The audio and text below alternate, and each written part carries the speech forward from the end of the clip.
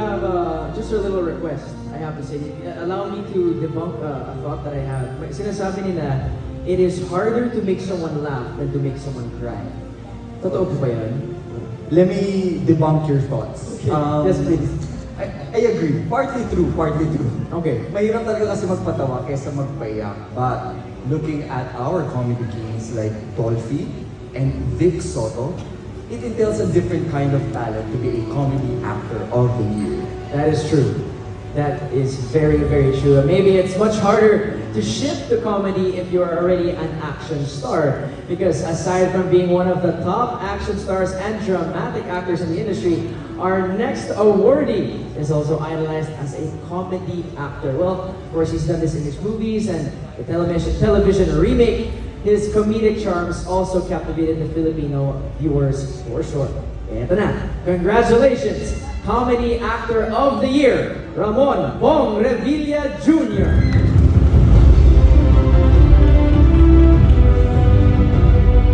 Presenting the trophy for the Guillermo Foundation is Jeneline Magdina Mendoza.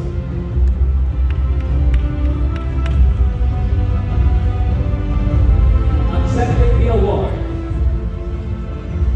is Congresswoman Lani Mercado Revilla.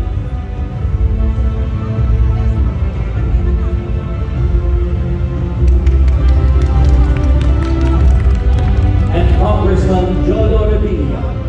Si Jolo to si Brian yan.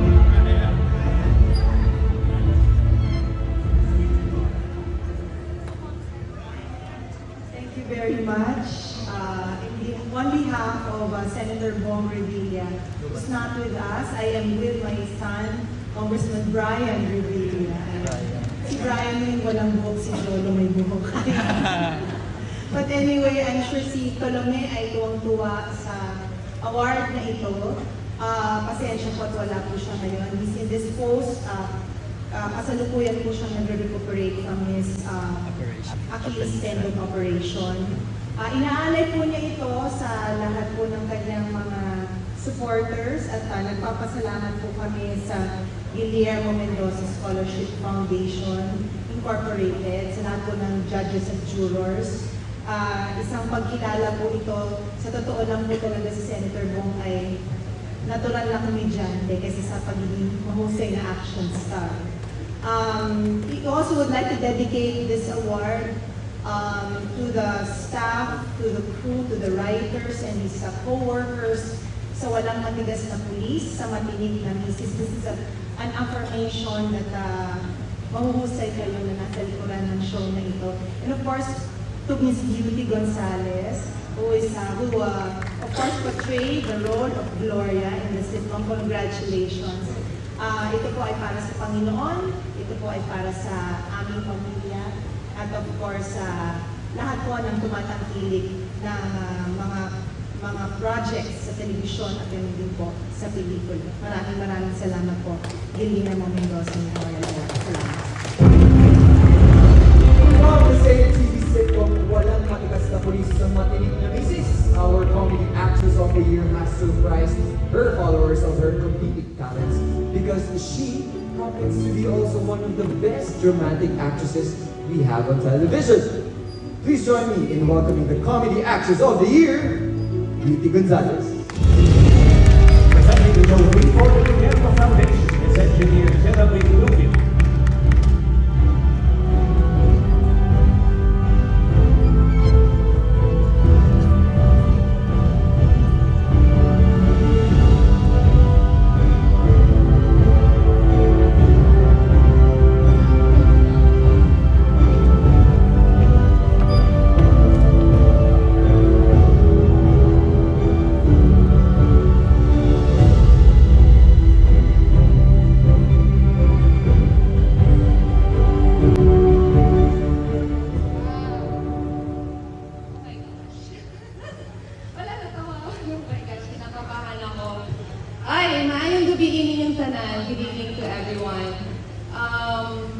You know, I've been doing drama all my life. In real life, and also in front of the camera. Kaya nagulat ako, of all things, I'm receiving an award for comedy. But, kaya, I mean, you know, siguro nakakatawa talaga ako. So thank you so much. But, ayan, tumatawa na kayo. But deep inside, it makes me very happy to make you guys happy. So keep on laughing and don't forget that life is beautiful.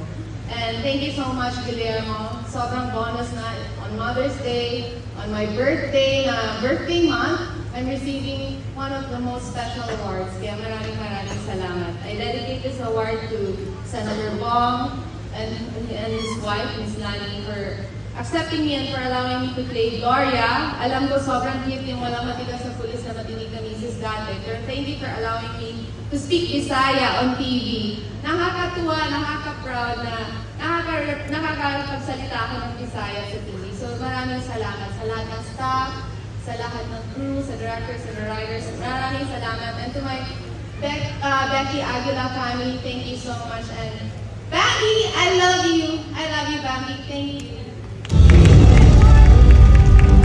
Ending our special comedy vlog is a very special Lifetime Achievement Award for comedy.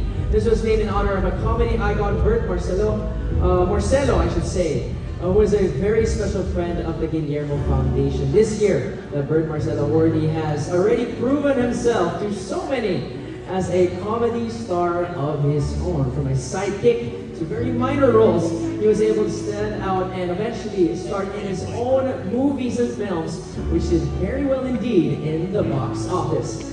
Ladies and gentlemen, this year's Bert Marcelo Lifetime Achievement Awardee, Empoy Marquez.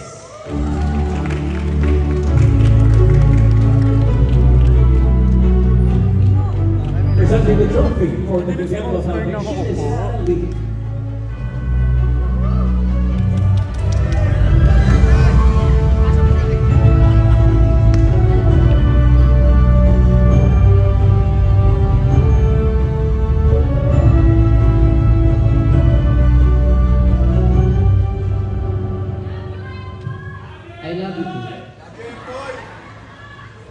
Checks lang.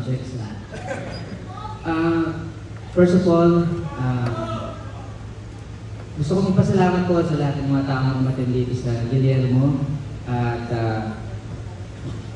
hindi ko alam kung bakit sa akin napunta yung ganitong award, something ano. Pero kung hindi nyo pa na itatanong, si Mr. Bert Marcelo po ay lehitimong taga-Baliwag po at kababayan ko po siya.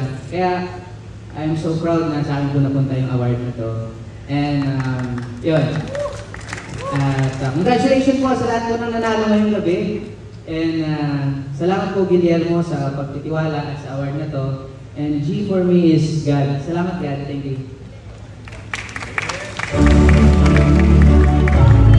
Congratulations, Empoy. We now move on to another special award given to government officials who are able to make a difference in improving the lives of his constituents. This Outstanding Government Service Award awarded this year a young but successful government and public servant whose vision of maagap, magiliw, mahusay, maaasahan, magkakatuwang at serbisyong may malasakit in governing his town of Baliwag resulted in major achievements and programs that have improved the lives of the people in Baliwag. Join me in welcoming this year's Outstanding Government Service awardee, the Honorable Mayor of Baliwag City, Mayor Ferdy Estrella. Presenting the trophy for the Guillermo Foundation is Councilor Irma Selanes.